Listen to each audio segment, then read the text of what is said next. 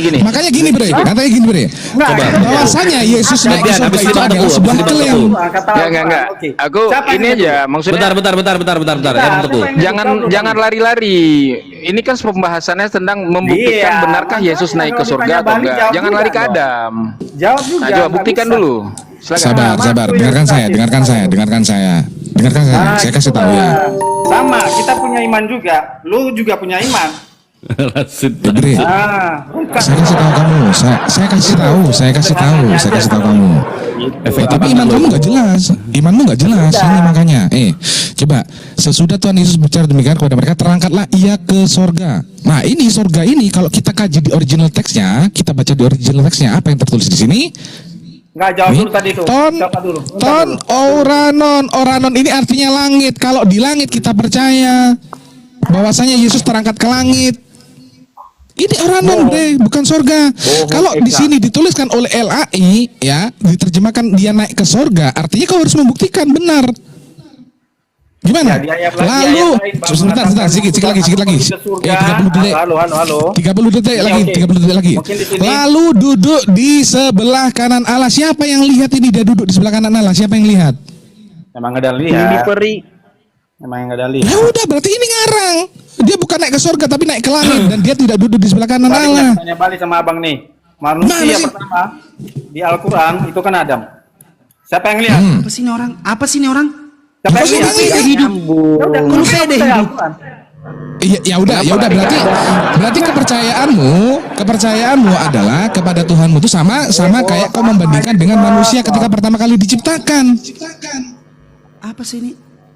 Gimana sih? Sama aja itu logikanya seperti itu, Bos. Kau nggak ada lihat. Ngapain kau percaya? Kau juga nggak ada lihat Yesus, ngapain kau percaya sama Yesus kalau gitu? Makanya kau dari tulisan Bible ini kau jelaskan. Gimana sih? Dengarkan saya. Manusia di tahun 2025 tidak ada yang pernah melihat Nabi Muhammad, tidak ada yang pernah melihat Yesus. Dari mana kita tahu tentang Yesus? Dari mana kita tahu tentang Nabi Muhammad? Dari kitab. Ya, sama dari kitab. Lah makanya sekarang untuk membuktikan bahwa kitabmu benar, kitabmu tidak salah sesuai dengan tema, sekarang kau jelaskan benarkah dia naik ke surga lalu ada yang menyaksikannya? Sama kayak tadi Buni Rifa itu juga bilang, nanti manusia bakal naik ke surga, jangan menghina Nabi Muhammad kami.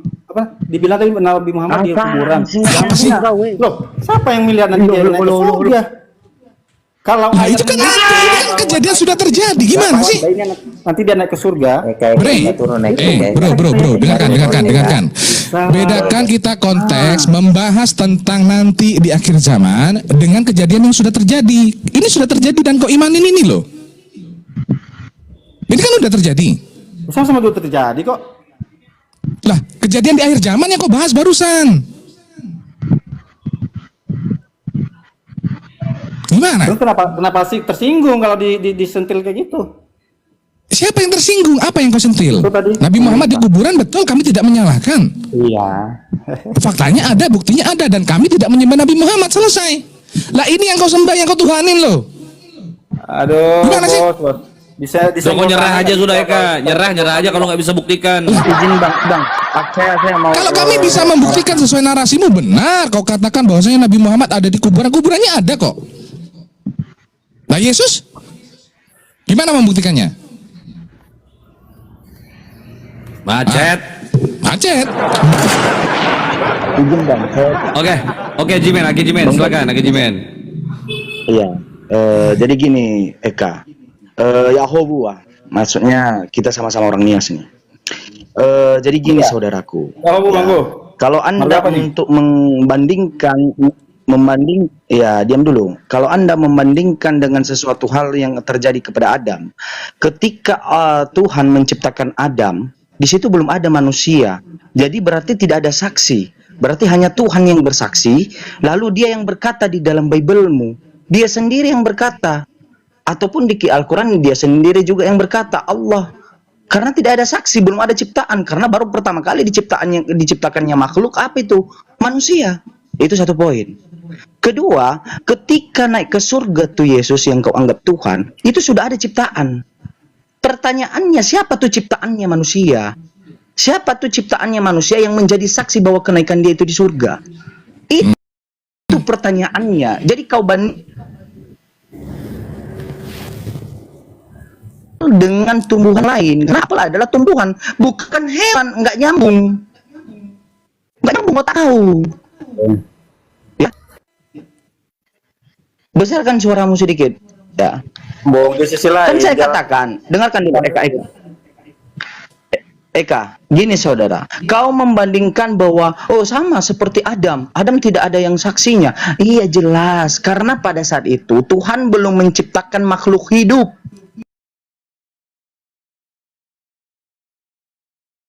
Masih bumi diciptakannya, belum ada manusia, belum diciptakannya hewan. Baca tuh Yohanes 1, baca tuh Kejadian. Belum ada saksi. Tetapi di dalam penciptaan itu, Tuhan sendiri yang bersaksi bahwa saya menciptakan manusia. Tuhan sendiri. Tetapi ketika di dalam Biblemu di Markus tadi, itu sudah diciptakan manusia, sudah diciptakan hewan. Pertanyaannya siapa saksinya? Mana datanya? Nah, Dan dia siapa yang bilang berkata di Markus. situ? Dia bilang yang tulis Markus, yang saksikan murid-muridnya. Lah, ini yang kita kaji, Bre. Gitu harusnya gimana sih? Tapi di pernyataan lain Yesus berkata, aku datang ke sana untuk menyediakan tempat Aduh, bagi-" nggak nyambung lagi, nggak nyambung. Makanya aku bilang sama kau, dengar, Eka, dari tadi aku bilang daripada kau naik di atas, mempertontonkan kebotolan kau, lebih baik kita nyadap karet, balik kita ke kampung, nyadap karet, ya makan ubi kita. Donga Mado. Halo, selamat pagi selamatkan sore Dona Mado. Ya, Dong Amado, buka kamera saudara, buka kamera ya. Buka kamera, Bang Mister buka kamera juga, on cam ya. Wajib Iya, kan Bang on cam Mister nih. Sinaga. ini Bang Jeman sini siapa nih? Mereka Diam dulu kau. Nah. Diam dulu kau. Oke. Sabar tamu dulu ya. Ya, siapa tamu? Iya dong, Mister, Mau halo, berdiskusi, Mister. Dek.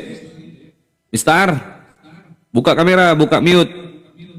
Buka mute pun tak paham dia. Donga Mado ini Mister. Buka kamera. Iya. Bapak Donga Mado. Tanya nih, orang pintar. Dari Saya mau Kristen bertanya. atau Katolik, Bang? Kristen Katolik. Ya, Oh, Kristen dan Saya mau Katolik, bertanya. siap. Ya udah. Iya. ya ini Kenapa gantian di sebentar ya zaman teman-teman. Adam tidak ada sholat? Kenapa di Habis zaman habis Bang Muhammad Teguh, ada habis Bang sholat? Teguh baru Bang Rasid, habis Bang Teguh baru Bang Rasid nih masuk. Habis ini. Gantian saudara-saudara biar kita kondusif. Tahan saudara, follow saudara. Nekat yang nyata kata Kudis. Masuk Bang Teguh. Oke, pertanyaannya lanjut. Bang Teguh masuk.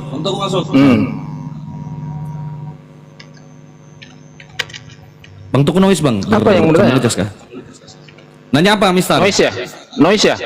Ya. Di zaman Adam tidak ada sholat, kenapa di zaman Muhammad ada sholat? Silakan.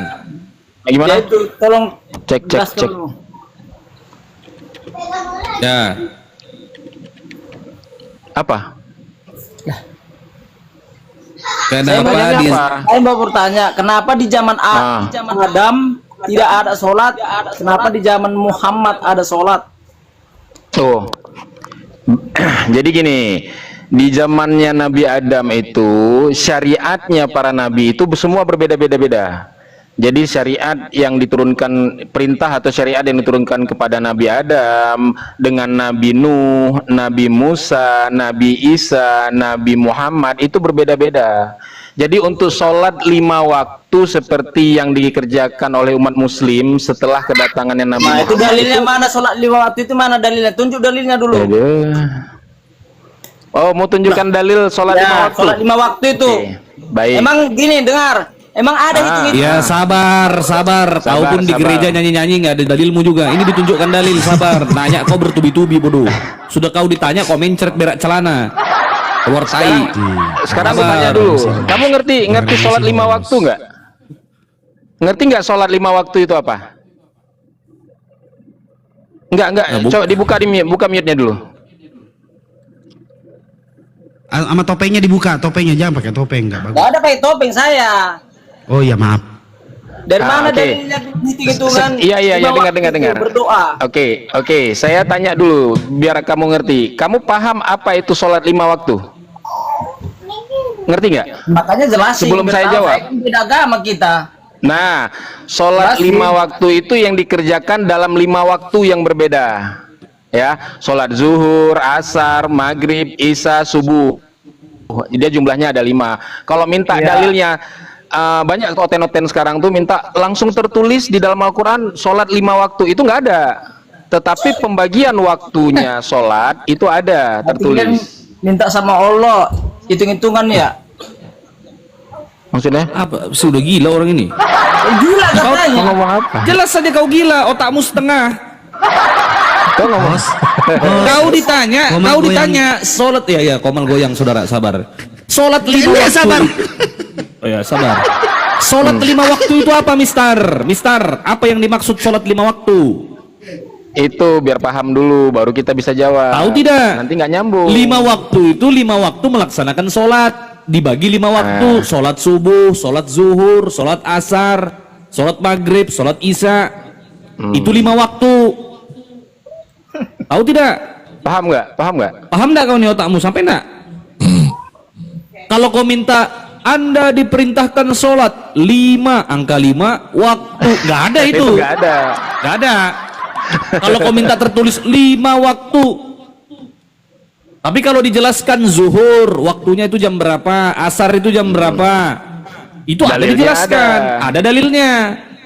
Zuhur kami sholat jam 12 siang itu yang kau lihat, orang sholat jam 12, jam 4, maghrib jam 6 sampai jam 7, setengah 8 sampai jam 8 itu isya, subuh, itu ada. Itu ada dalilnya. Kalau kau minta tertulis 5, angka 5 baru dalam kurung waktu, nggak ada. Kau karang aja sendiri. Yang ada di dalam Al-Quran itu peliharalah Ada. semua sholat. Ada itu peliharalah semua sholat. Tuh untuk mengerjakan sholat 5 waktu maksudnya. Betul, diperintahkan untuk sholat ada, untuk mengingat kepada Tuhan ada dalilnya. Lengkap Al-Quran. Apa yang mau kau tanya? Lah. Sholat apa yang mau ditanya? Sholat zuhur, asar, maghrib, semua ada Lagi. dalil. Kenapa? Kabur saudara. Ya, Terguncang saudara. Lompat dia. Oke. Terguncang saudara-saudara. Sedikit pemahaman untuk teman-teman kita. Memang perintah sholat itu di dalam Al-Quran itu tidak ada secara gamblang seperti apa. Karena begini, Al-Quran itu memerintahkan setiap ibadah yang kita lakukan itu, contoh seperti sedekah, terus zakat fitrah, Zakat. puasa dan lain-lain itu diperintahkan dalam Al-Quran. Karena semua ibadah itu bisa kita lakukan dengan cara tersenyum, tertawa, sambil ngobrol atau apa segala macam. Tetapi kalau sholat ini adalah perintah khusus dari Allah Subhanahu Wa Taala. Makanya hadiahnya ini adalah salah satu juga hadiah dari Rasulullah SAW untuk Rasulullah SAW. Pada saat wanita yang paling dia cintai wafat, maka Rasulullah diberikan yang namanya hadiah. Kemana? Ke surganya Allah. Lalu disitulah perintah sholat itu ada. Kenapa perintah sholat itu khusus? Kenapa dikhususkan? Karena sholat itu adalah bagaimana puncak penyembahan umat manusia kepada sang pencipta alam semesta. Ketika saya bercanda dengan Banteku, saya tepuk bahunya, pasti Banteku nggak biasa aja gitu loh. Kadang kita tenang-tenangan pantat atau apalah itu, kayak gitu kan kalau bercanda. Tetapi coba kalau kepala ditempeleng, pasti itu tersinggung. Karena apa? Karena derajat paling tertinggi dari manusia itu adalah kepala. Semua ada di kepala. Nah, puncak penyembahan umat manusia pada saat dia menyamaratakan kepalanya dengan kakinya. Itulah puncak persembahan tertinggi kepada sang pencipta alam semesta. Makanya perintahnya itu khusus. Begitu. Jadi tidak ada dalam Al-Quran. Karena memang ini dengan detail. Untuk apa? Mengkodratkan seorang manusia kepada sang pencipta alam semesta pada saat bertemu dengan sang pencipta. Bukan dengan cara jalan kaki, pakai sepatu, pakai sendal, jingkrak-jingkrak, anjay gitu, enggak begitu. Dari Yesus. Enggak begitu.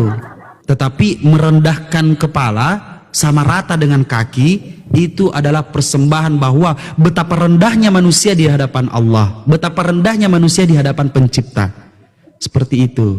Tepuk tangan buat Tuhan. Lanjut. Ya, sembari kita nyari oten di bawah ini banyak yang mau naik, tapi saya bingung mana Islam Kristen nih. Barusan sarang burung, kenapa turun sarang burung? Bacot itu ribut, berisik, otaknya isi tai itu.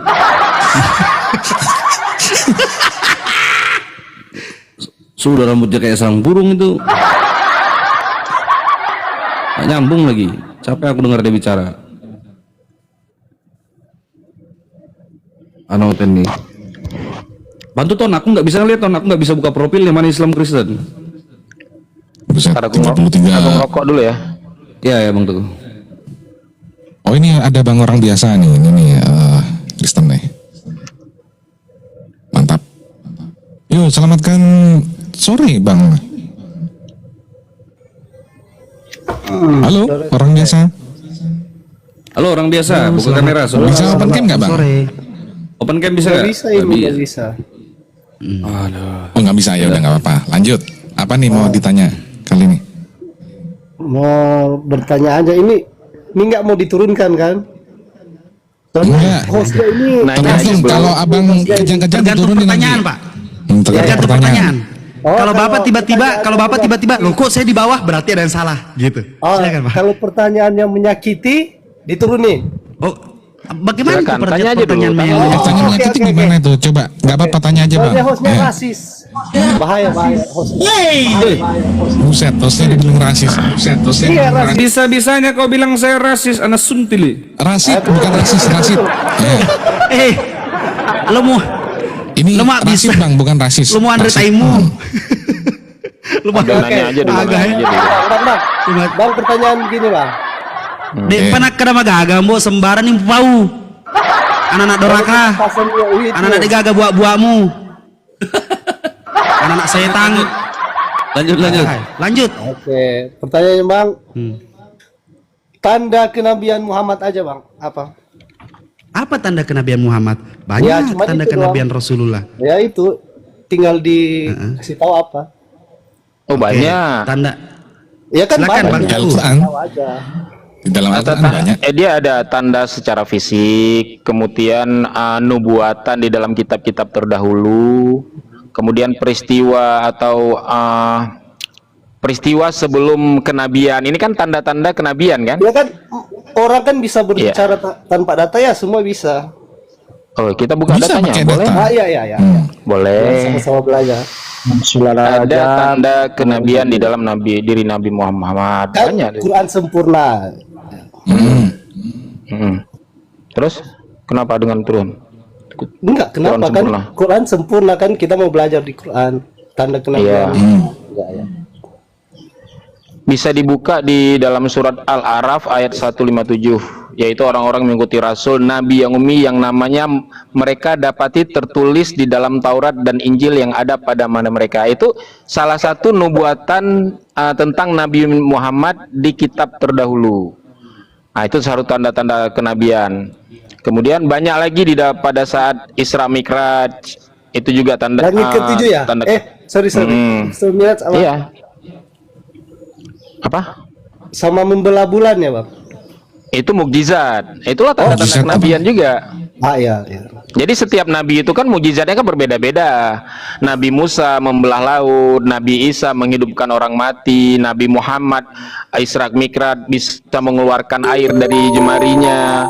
Kemudian dia membelah bulan. Itu semua itu mukjizat yang diberikan Allah kepada para nabi. Jadi yang bermukjizat itu nabi, bukan Tuhan ya. Jangan salah. Ya. Yang bermukjizat itu nabi, bukan Tuhan. Kalau Tuhan memberikan mukjizat. Nah, pertanyaan, Yesus ini diberikan mukjizat atau dia yang bermukjizat? Bang. Kan itu tanda-tanda Muhammad bang. Iya. Nggak mau ditanya. Logikanya ini Muhammad ini. Nih, Abang, saya tambahkan sedikit.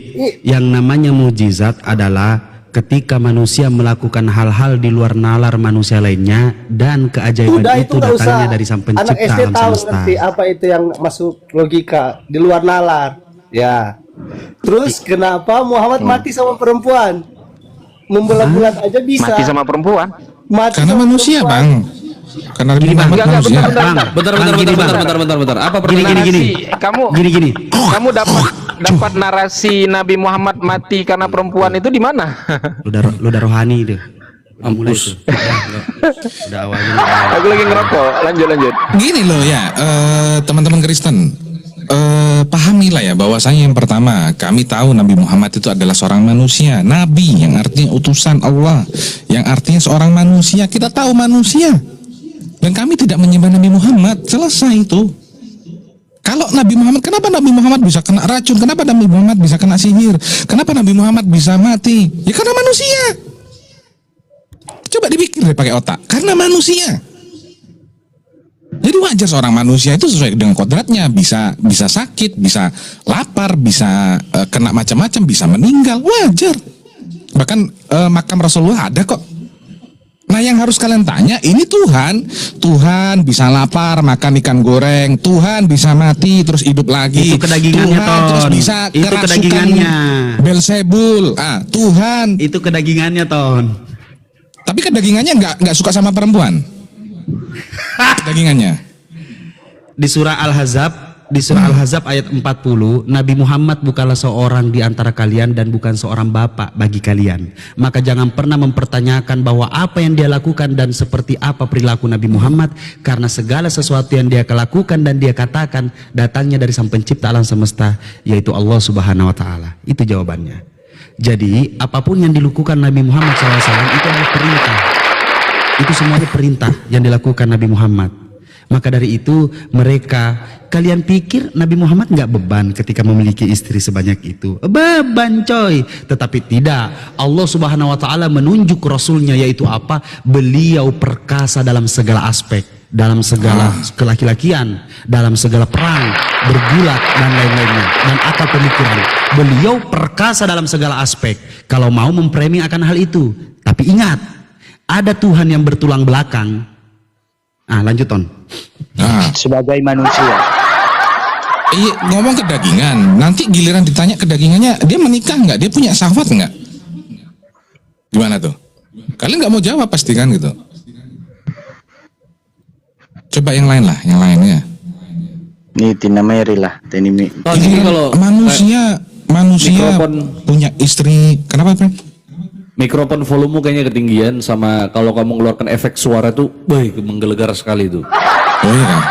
Ya coba kecilin dikit. Iya. Kecilin dikit ya. Oke. 40. Nah segini aman 40 ya. juta itu, Bang. Ini berisik ya. Petir sekali dulu. Petir dulu nggak ini. Jalan. Nah, ini ada tamu nih. Oke. Tina Mary, selamat Tina Mary, siang, halo. selamat sore. Ya, selamat siang. Iya, Kristen, Iya, Mbak. Selamat siang, Mbak Tina. Iya, Bukan kamera ya? Open iya. cam, Mbak. Buka Nggak kamera ya. bisa. Nggak Oh, ini bisa? Oh, yang ulu. Nggak Nggak bisa bisa, atau nggak Bang. mau? Enggak, Ada yang harus bertanya. buka kamera. Nanti dibilang kita boleh bohong Bisa, dalam 3 hal. bisa Ini gitu, bohong Mbak Kamera. bohong dalam 1 hal udah nih. Dalam segala. Iya. Ya udah, Nggak apa-apa, kita Mbak. diskusi aja. Kapan Oh, lagi nggak Mbak bisa atau berdiskusi nggak mau? dengan pria-pria tampan Bang. begini, Mbak? Coba. Aku mau nanya, ya Muhammad, tahu, pasti, pasti. Nabi Muhammad cuma satu ya bisa buat mujizat. Hah? Banyak Nabi Muhammad punya mujizat banyak kok. Oh, apa aja, Bang? Banyak di dalam Al-Qur'an banyak. Makanya kalau kita baca Al-Qur'an, bagaimana kemudian Nabi Muhammad yang diutus 14 abad yang lalu, oke? Lalu kemudian di dalam Al-Quran disebutkan bahwasanya ada sungai di dasar lautan, ada api dalam lautan, kemudian ada 2 air laut yang bertemu tapi tidak bersatu, tidak bercampur. Bagaimana proses terbentuknya janin di dalam kandungan, banyak. Itu Nabi bukan Muhammad nggak pernah mujizat, meneliti, tapi Bang. bisa tahu di dalam Al-Quran ada seperti itu gitu loh. Iya, Dan itu itu bisa bukan dibuktikan dengan mujizat sains di zaman namanya. sekarang. Itu ilmu pengetahuannya, sama kayak kita sekarang Ya oke. sekolah, belajar. Kalau ilmu pengetahuannya, di mana ada ilmu pengetahuan seperti itu 14 abad yang lalu, ada nggak? Ya, itu kan ya bisa-bisa aja, Bang, sama dengan ilmu forecasting ya. Ilmuwan merencanakan tentang masa bagaimana depan. ada Kebetulan, terbentuknya Bang, janin di kebetulan dalam yang ini- kandungan itu baru aja, Iya, baru aja kebetulan ditemukan yang 2 ini abad belakangan. terbukti gitu. Yang nggak terbukti kan pasti ada. Nah, sama seperti Coba kayak sebutkan dukun apa yang juga, tidak Bang. terbukti apa? Ya, artinya yang Anda katakan itu adalah hal biasa yang bisa dipikirkan manusia. Itu bukan mukjizat. Kalau bahasa Lalu? sekarang namanya itu ilmu sosial ya. Oke. Abang kan tahu IPS, ilmu pengetahuan sosial, IPA. Makanya saya tadi udah jelaskan, Ibu. Dengerin dulu makanya jangan ngomong terus, dengerin, jangan Ya, ngomong terus, silakan. dengerin. Ketika saya menjelaskan bahwasanya keilmuan yang ada di dalam Al-Qur'an itu dulu gak pernah diteliti, tidak pernah dicari tahu. Bahkan Nabi Muhammad gak pernah tuh yang namanya nyelam ke dasar lautan, gak pernah yang namanya meneliti bagaimana cara USG dalam kandungan itu seperti apa, gak ada itu. Nah, saya Baru tanya, bisa saya mau tanya dibuktikan sama di beberapa Anda. abad belakangan, 2-3 abad belakangan baru terbukti. Galileo itu kan menemukan ilmu filsafat dan terbukti kebenarannya dan bisa dipakai. Apakah dia seorang nabi, Bang? Ilmu filsafat itu Gimana? yang yang mengadakan ilmu kemudian filsafat ilmu yang paling pertama. kedokteran orang-orang Cina ya zaman dahulu ya ribuan tahun lalu, apakah itu disebut mereka nabi? Kan bukan, Bang, bukan Lah itu tahun mukjizat. berapa? Beda orang yang melakukan penelitian sama nabi yang tidak pernah melakukan penelitian. Itu Tidak sama, ada pernah Bang. ada Itu bukti Nabi Muhammad pernah menyelam ke dasar laut, melihat aja, bahwa turun di aja bawah lah. laut itu ada api. Itu tidak dilakukan penelitian. Beda dengan Galileo Galilei tadi mengenai dokter. Itu mereka melakukan riset, melakukan penelitian. Yes. Berbeda. Bahkan- Gimana sih? Bahkan kalau kita bahas tentang bagaimana keilmuan yang ada sekarang, semua dasarnya dari Aljabar, dan Aljabar itu penemunya adalah orang Muslim. Itu beda lagi tuh, gitu. Nah, sekarang kalau ibu tadi tanya tentang Nabi Muhammad, mujizatnya banyak nggak? Di dalam hadis bertumpuk banyak sekali. Tapi kita tidak pernah, umat Islam tuh yang namanya melebih-lebihkan mujizat yang pernah terjadi di zamannya Rasulullah. Banyak kok. Pernah membangkitkan orang mati, ada di dalam hadis. Tapi bukan kita kemudian, oh Nabi Muhammad bisa bangkitkan orang mati, terus kita mengagung-agungkan berarti dia adalah Tuhan. Enggak, bre. Kita bisa bedain mana Tuhan, mana manusia, mana Nabi. Gitu. Nih, sarang Rizal, walet. Bulan, Mas Hendra. betul. Sarang walet, buka kameramu, sarang walet. Sarang. Ya. Leli, Leli ini siapa nih? Tanya Leli itu- Armaijal. Tanya itu bolehlah tanya teman-teman ya, tapi giliran dijawab diem, masa dijawab cor terus gimana sih? Iya, ini mana Islam mana Kristen ini? Leli Islam Kristen. Bentar. Alhamdulillah saya Muslim. Oh ya sudah, ada izin yang saya turunkan ya. disampaikan, Ibu? Kita kasih kursinya buat Kristen aja langsung ya, karena nggak ada dialog Rafal? sama sesama Islam. Assalamualaikum. Oh, saya Islam, Bang. Waalaikumsalam. Oh siapa Bang? Oke bang. Siap, makasih bang Rafael. Izin saya turunkan bang, kita kasih kursi buat Kristen yuk. Assalamualaikum. Siap. Woi, sarang walet. Jadi gini ya teman-teman ya, sekali lagi. Memang beda sudut pandang kita antara Islam dan Kristen dalam hal melihat sebuah mukjizat. Mukjizat itu kita paham, apa itu mukjizat? Yaitu sesuatu yang di luar nalar. Kejadian di saat itu, contoh Nabi Musa membelah lautan. Bukan berarti Nabi Musa itu Tuhan, bukan. Tapi Nabi Musa bisa melakukan itu karena Tuhan memberikan kuasa kepada dia untuk melakukan sesuatu yang di luar nalar. Yaitu laut bisa terbelah. Bukan berarti kemudian Nabi Musa ini adalah Tuhan. Kuasanya dari Tuhan. Gitu.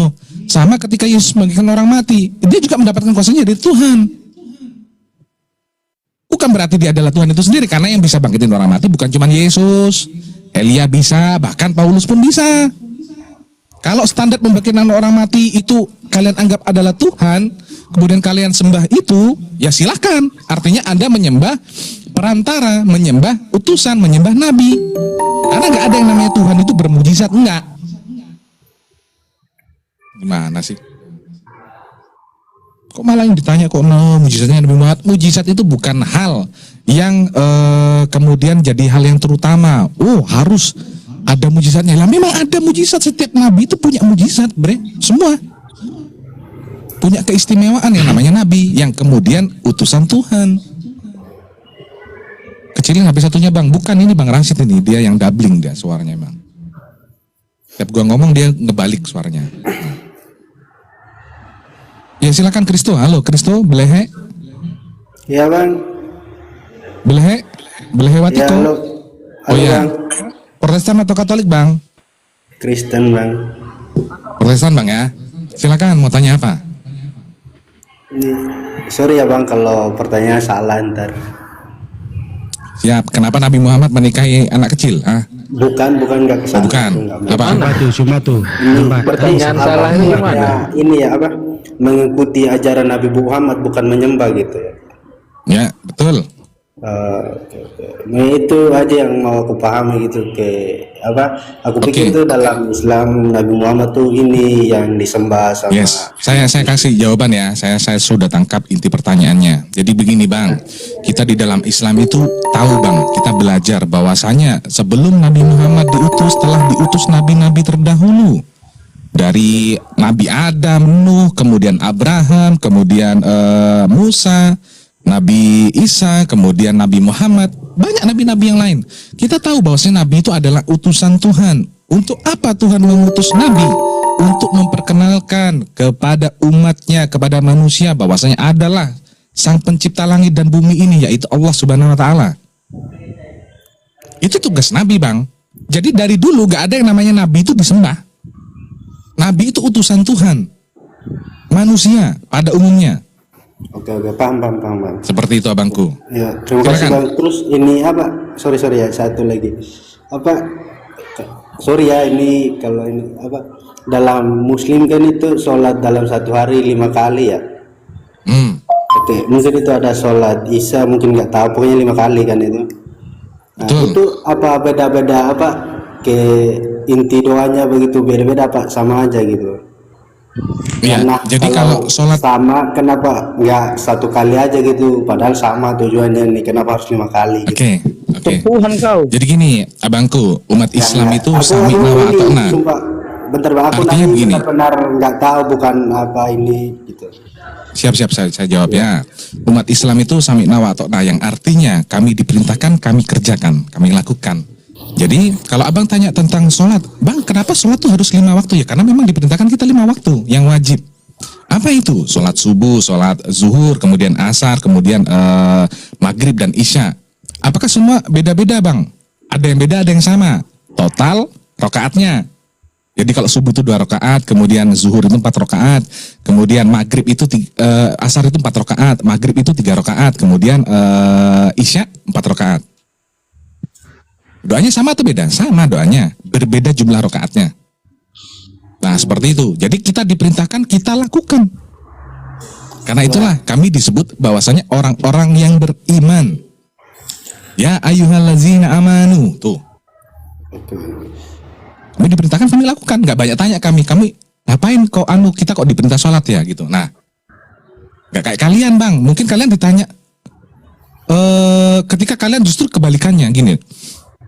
Ini sorry bang ya, sorry saya senggol sedikit. Ya, sama seperti kalian ketika kalian beribadah hari Minggu ke gereja, tata cara ibadah itu pertama nanti doa dulu, nanti nyanyi-nyanyi, nanti kemudian ada khotbah, nanti ada yang namanya kolektor, nanti ada yang namanya perjamuan suci. Saya mau tanya, siapa yang atur itu semua? Siapa yang perintahkan?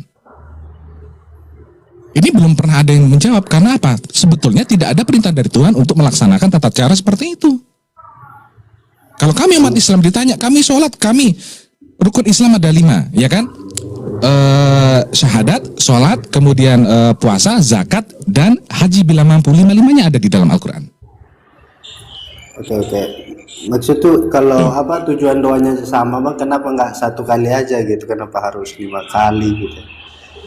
Nah, karena kami diperintahkannya 5 kali bang. Ya maunya sama. Mas, itu perintah dari Allah ya Nabi Muhammad? Dari Allah melalui perantara Nabi Muhammad, sehingga kita umatnya bisa tahu. Dari mana kita tahu? Kita membaca Al-Quran. Oke. Itu abang. Iya, oke, saya paham karena perintah.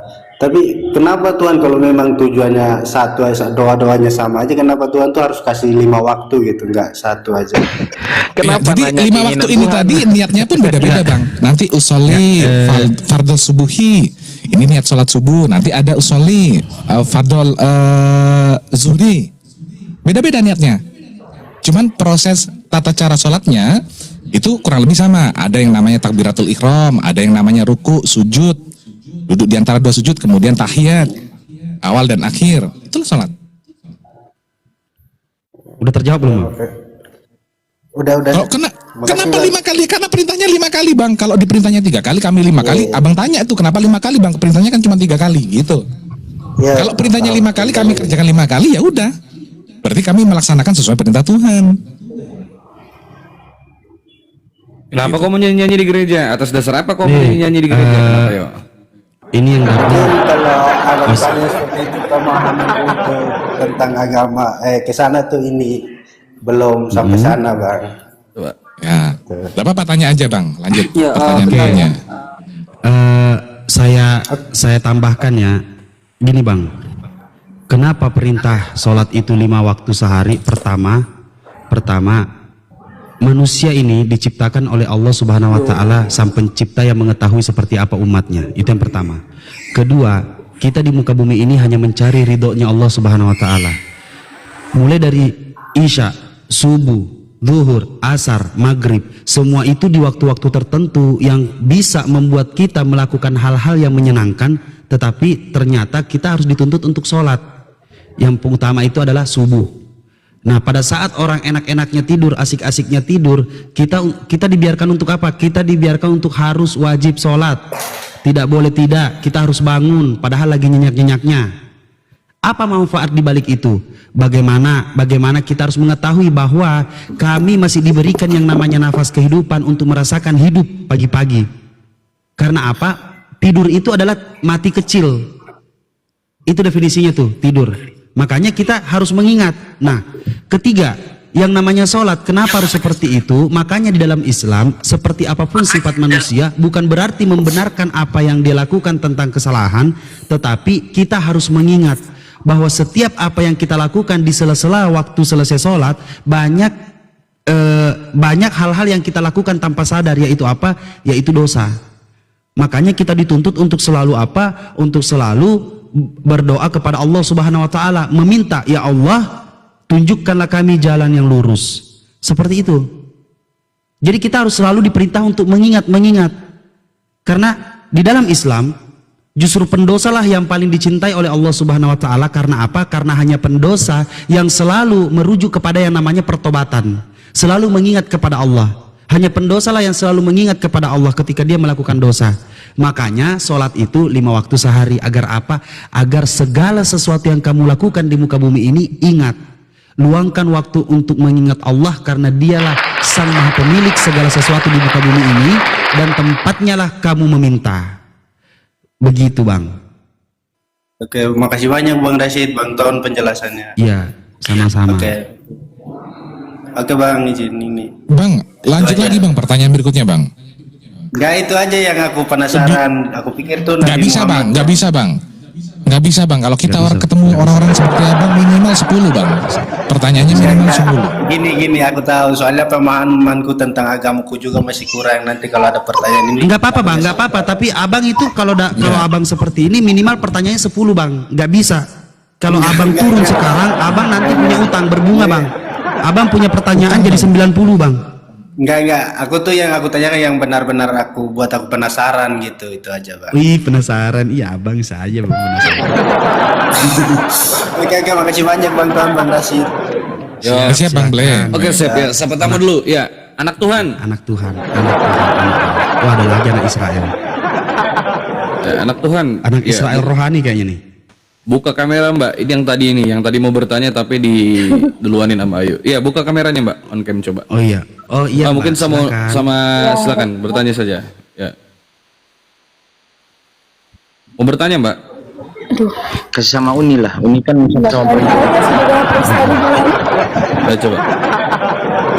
Iya Mbak. Tadi kan saya lihat di situ tulis Kristen itu salah. Ya, itu betul. maksudnya salahnya di mana ya, Kakak? Banyak. Lanjut Uni. Letak kesalahannya di mana? Saya bisa diluruskan. Oh, lagi nelpon. Well, yang lain dulu, ini lagi teleponan. Oh ya, Bang Rashid silakan. Oke. Kebenaran itu kan kita mencari dalam bagaimana caranya kita memilih secara objektif dan rasional, Mbak. Memilih secara objektif dan rasional. Bagaimana kita melihat ajaran-ajaran yang Mbak dari Yesus. Oke, yang Mbak pahami itu seperti apa? Contoh satu. Langsung aja ya Mbak ya, karena Mbak agak repot. Coba, bisa tidak? Saya bisa memastikan bahwa Mbak ketika saya tanya, tiba-tiba akalnya itu langsung stuck selama 3 detik. Merujuk kepada Tuhan. Bisa nggak? Nah, sekarang buka mute-nya, dibuka mute-nya.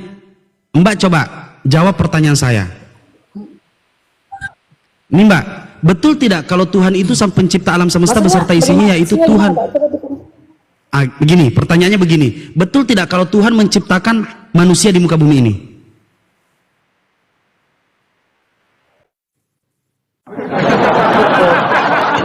Betul. Dan Mbak meyakini bahwa Yesus adalah Tuhan, juru selamat di muka bumi ini. Betul. Ya. Oke. Coba simak pertanyaan saya, Mbak. Coba simak pertanyaan saya yang membuat akal pikiran Mbak akan langsung menjadi koma selama 3 detik. Betul tidak kalau Tuhan menciptakan manusia untuk melahirkan Tuhan? 3, 2, 1, 3, 2. Bagaimana, Kak? Ah, kan? Bukan cuma ini. Dia kan? Karena sesuatu yang harus kita pahami bagaimana kita menilai secara objektif dan rasional. Kalau Mbak yakin bahwa Tuhan menciptakan umat manusia dan Mbak meyakini bahwa Yesus adalah Tuhan juru selamat, maka betul tidak Tuhan menciptakan manusia untuk melahirkan Tuhan? Kalau melahirkan Tuhan Yesus itu kan hanya sebagai perantara, Kak, lewat Bunda Maria. Hanya perantara untuk datang ke dunia menebus ketembus. Coba perhatikan. Hanya Perhatikan pertanyaan melalui saya. Bunda Maria. Pertanyaan saya, perhatikan. Betul atau tidak Tuhan menciptakan manusia untuk melahirkan Tuhan? Betul. Menciptakan Bunda Maria itu kan manusia Betul. biasa. Oke. Bunda Maria, Jadi ya, Mbak Bunda percaya Maria bahwa Tuhan diciptakan? Diciptakan oleh Tuhan. Tuhan Oke. itu juga Ya. betul sekali, Kak. Maka kita pindah ke pertanyaan selanjutnya. Karena Bunda Marianya dipakai untuk Oke. Maka Tunggu, kita Kak, Beta menjelaskan berpindah kepada bahwa pertanyaan kenapa selanjutnya Beta bilang iya? yang mungkin bisa membuat Mbak lebih berpikir. Mbak yakin Tuhan itu pencipta alam semesta?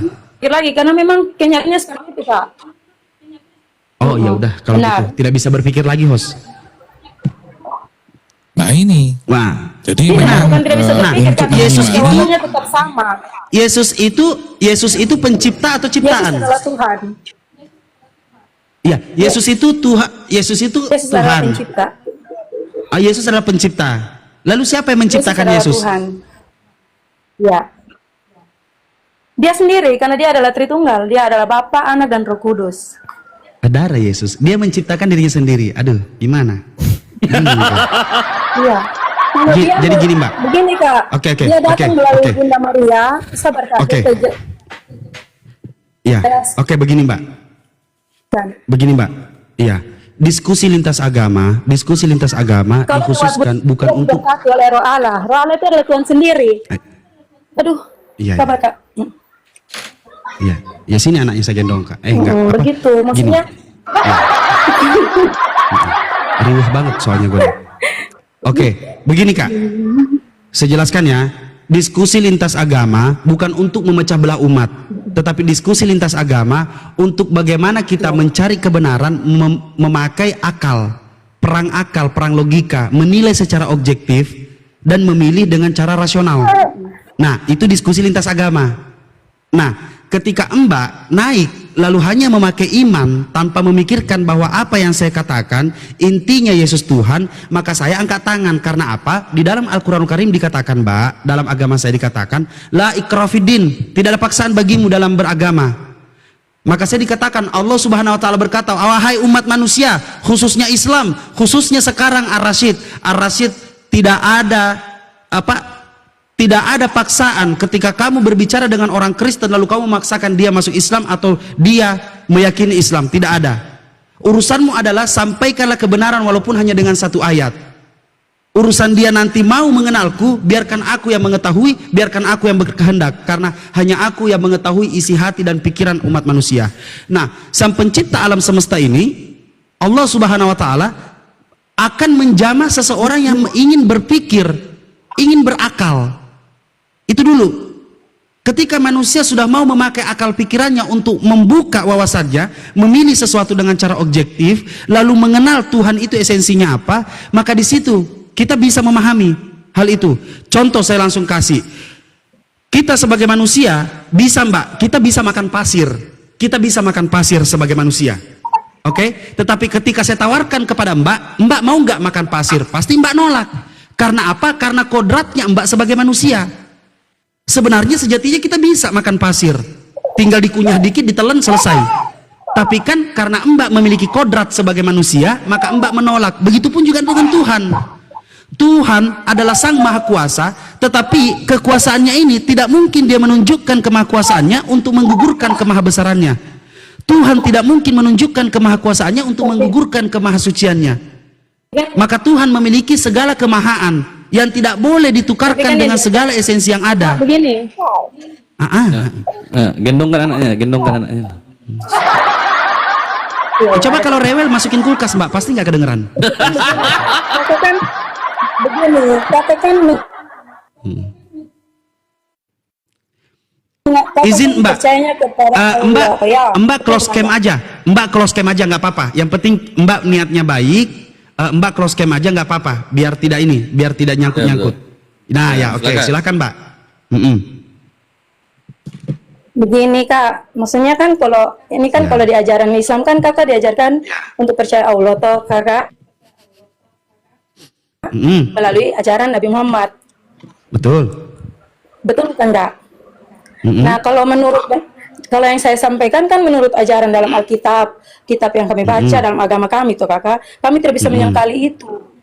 Ya kalau saya akan menjelaskan tentang dalam Al-Quran, saya coba bisa terima juga kita uraikan. Dalam Alkitab juga begitu Kak.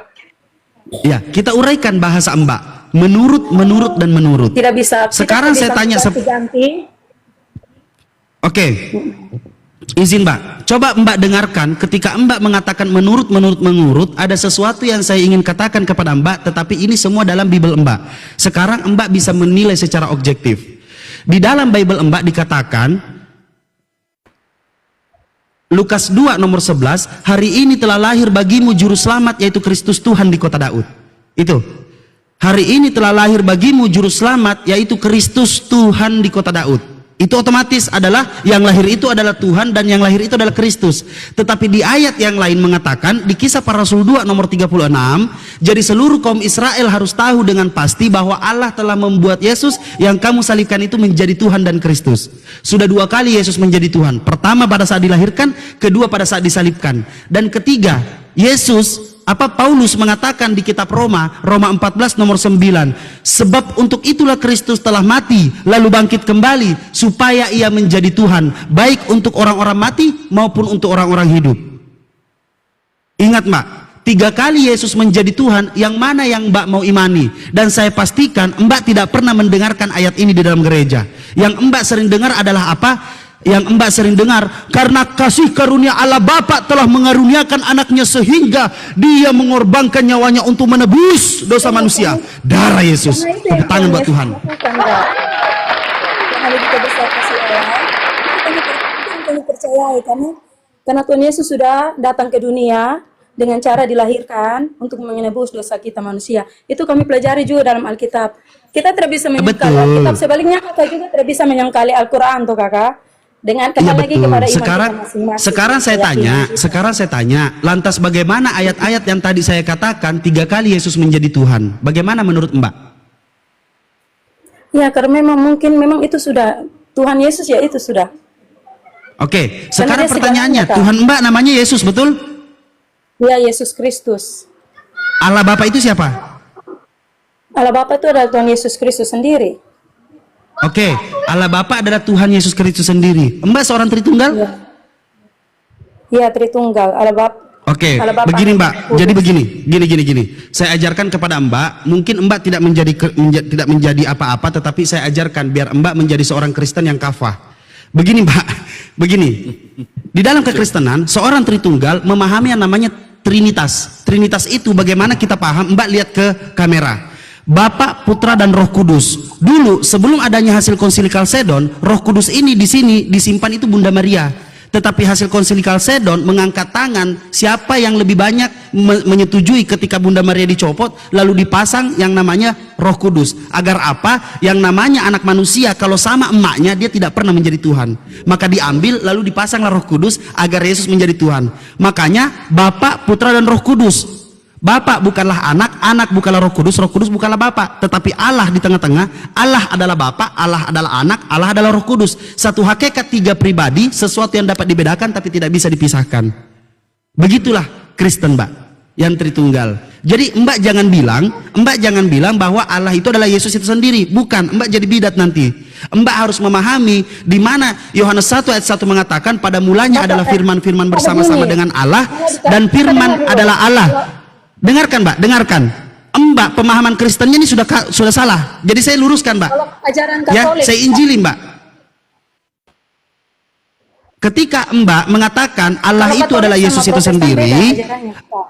betul, kita tidak lari ke situ dulu Mbak ya. Kita dengerin Mbak.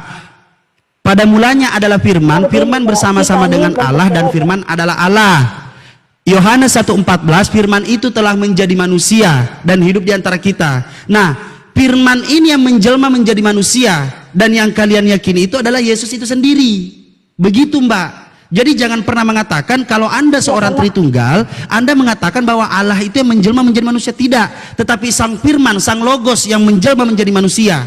Karena di situ dikatakan firman itu telah menjadi manusia. Begitu Mbak. Malah gue yang nginjilin Mbaknya. Biar menjadi Kristen. Assalamualaikum warahmatullahi wabarakatuh. Beda-beda. Oke, coba Oni masuk sedikit dulu bentar. Ya, silakan. Ini Silakan, Uni. tadi buka cam, Dek. Buka cam lagi bisa? Iya, ya. Kesian dia Uni. Dia nggak menghujat dan kesian dia sambil riweh ngegendong mama anaknya. Tadi saya mau bantuin tapi nggak bisa kan jauh. Tidak menghujat kakak, maksudnya kan jelas yang beta tahu, yang saya tahu begitu. Bukan, Ya, silakan, bukan Uni. gitu-gitu. Uni mau tanya dulu. Tadi Maya namanya kan? Iya, ya. Nah, gini Maya. Kan Iya, ya. temanya kan Kristen salah tuh, Dek. Temanya kan Kristen salah tuh. Nah, tema Kristen salah ini Uni buat itu secara pribadi karena Uni Iya, ya. sudah kurang lebih 6 tahun diskusi sama teman-teman Kristen, baik dari sisi apapun selalu saja kontradiksi atau inkonsisten. Nah, maksud kontradiksi ini adalah adanya pertentangan dari apa yang diomongkan. Contoh, kayak Maya bilang, Tuhan saya satu, tapi penjelasannya 3 Tuhan. Atau Tuhan saya berkuasa, tapi percaya pada saat dia berkuasa dia juga mati, tidak berkuasa. Ini namanya inkonsistensi. Dalam ranah ilmu pengetahuan, pernyataan inkonsisten ini adalah pernyataan yang tidak benar kalau menggunakan parameter kebenaran atau teori-teori kebenaran yang disepakati secara akademik sebagai parameter kebenaran. Tidak ada koresponden dan koherennya gitu loh. Nah, penjelasan tentang Tritunggal itu saya nggak butuh dari kamu sebenarnya, karena saya sudah mempelajari bagaimana penjelasan Tritunggal menurut beberapa bapak-bapak gereja. Mungkin kalau kamu ingin tahu gereja Katolik mainstream, Protestan mainstream, itu rata-rata sama, walaupun ada filokenya yang ditambah. Ada yang mengatakan Roh Kudus keluar dari Bapa, ada yang mengatakan Roh Kudus keluar dari Yesus, segala macam. Itu nggak penting untuk dibahas. Nah, saya mau tahu dulu kapasitas kamu nih. Kamu ngejelasin Tritunggal itu berdasarkan apa? Pembelajaran atau doktrin yang ditanamkan pihak gereja? Menurut Alkitab. Oke, ayat berapa itu yang membahas tentang Karena Tritunggal?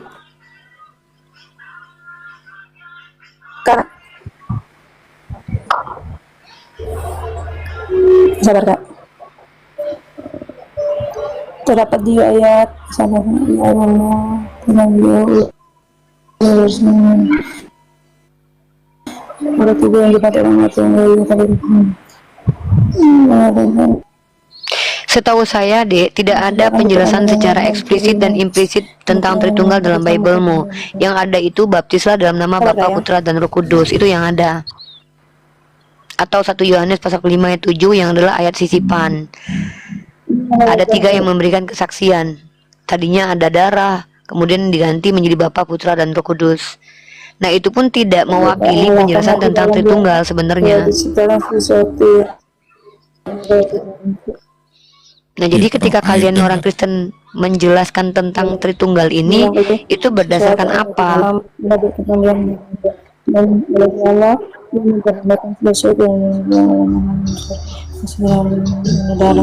Oleh Kristus juga kamu dari Allah yang sabar Kak. Ya gak apa-apa. Karena klaimnya kamu kan Tritunggal itu dari Alkitab kamu atau dari Biblesmu, kamu harus tunjukkan ke saya. Kalau enggak ya udah kamu salah. Kan kalau kita bicara oh ada uang di dompet saya, tahu-tahu adanya di atas kursi, berarti kan salah. Ya itu kenapa kita kasih tema hari ini Kristen salah dalam segala aspek. Makanya dari tadi tuh saya menunggu, ada nggak umat Kristen yang bisa menunjukkan kebenaran Kristen itu sendiri.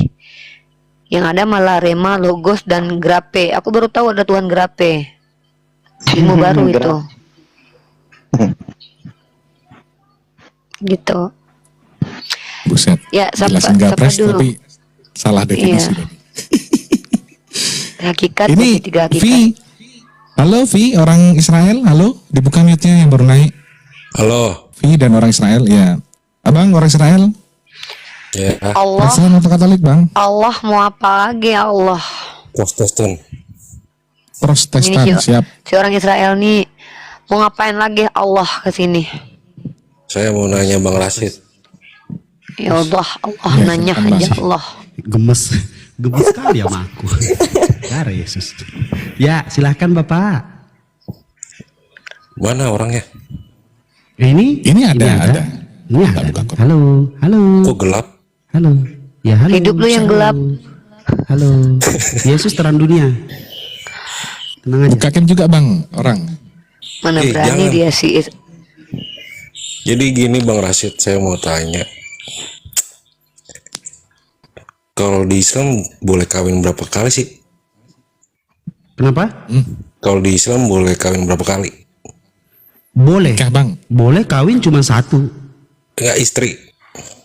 Istri iya, bolehnya cuma satu. Lebih dikit nggak boleh gitu. Kenapa? Lebih boleh gak? Nggak boleh, nggak boleh.